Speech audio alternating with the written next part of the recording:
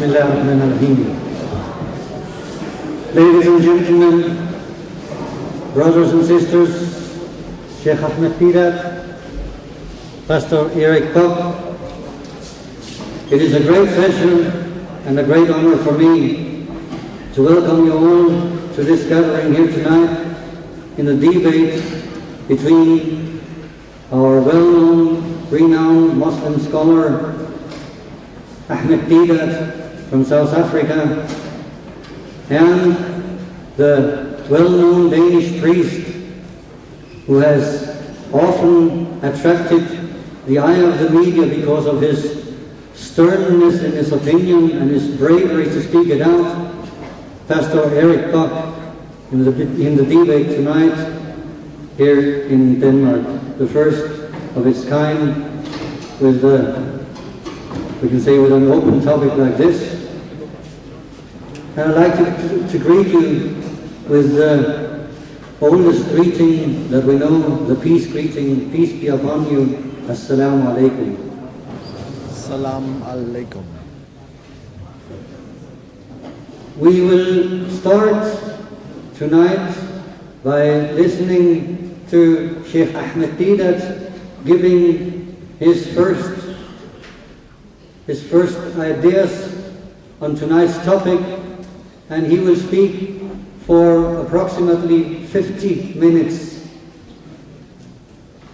After this, the word will be given to Mr. Erik Bock, and he will have 1 full hour at his disposal in which he can give his answer to Sheikh Ahmad Deedat. After that, the word will again be given to Sheikh Ahmad Deedat, and he will have another 10 minutes to give his rebuff on what Erik Bock may eventually have raised of issues that need a direct answer. So, I'm happy to give the word to Sheikh Ahmad Deedat.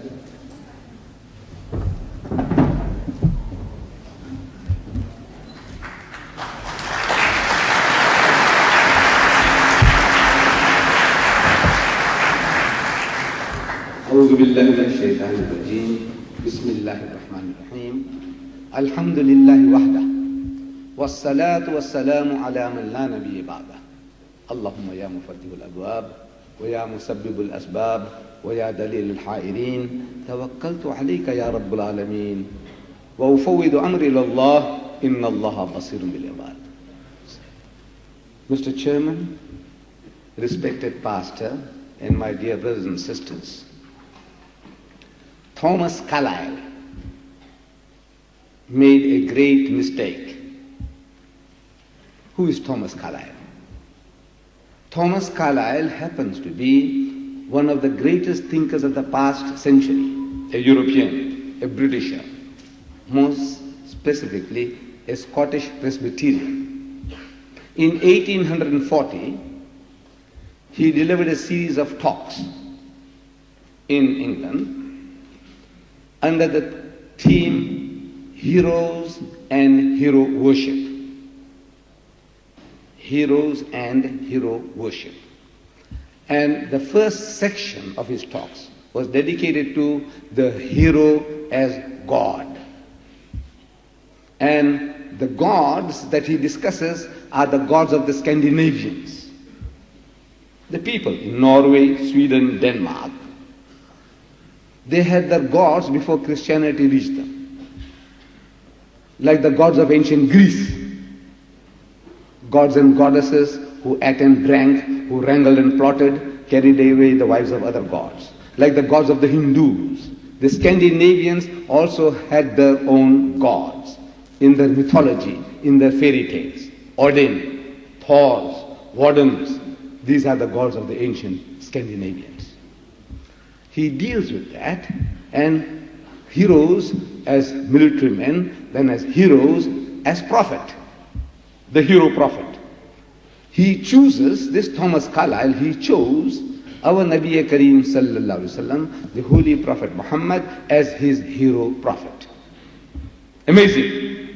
A Christian, a Presbyterian, talking to his English Christian audience, And he does not present to them Moses as his hero prophet, or David as his hero prophet, or Solomon, or Jesus, but he chooses Muhammad as his hero prophet.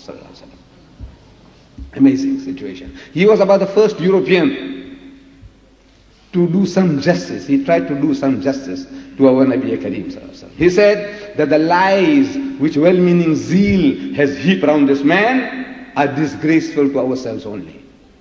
That the people were trained to hate the man Muhammad and his religion. And he goes out of his way to prove to the contrary, that this man is great, a mighty messenger of God.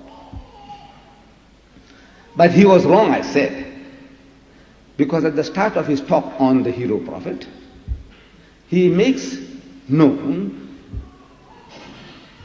that in the history of the world, there will not again be any man ever so great whom his fellow men will take for a god. In other words, mankind has reached an intellectual level. Humanity as a whole, he assumed that they have reached an intellectual level where they will never acknowledge another human being as God. That is the mistake he made. That's what he said. In other words, we are very clever now. We all are very clever. We won't accept another man as a God anymore. Never mind what the man does. The man comes to you and he says, look, I can fly in the air like a bird around the hall. And he comes back. Are you prepared to accept that man as your God? No. The man says, come, come, come. We go to the mortuary, to the hospital, and I call the people out of the dead, and they all come out. Will you accept the man as God? No. The man shows you in the palm of his hand and says, look, look, look. Like a TV. Look, you can see your wife, what she's doing at home. Can you see? Can you recognize her? He said, yes. Now believe that I'm your God. He says, no, you're not my God. Why? He said, because when I look at you, me, for example, he said, this man is about 70 years old. Now mind what I do. I can read your mind. I can tell you the notes, the coronas that you got in your pocket, and I can give you the numbers.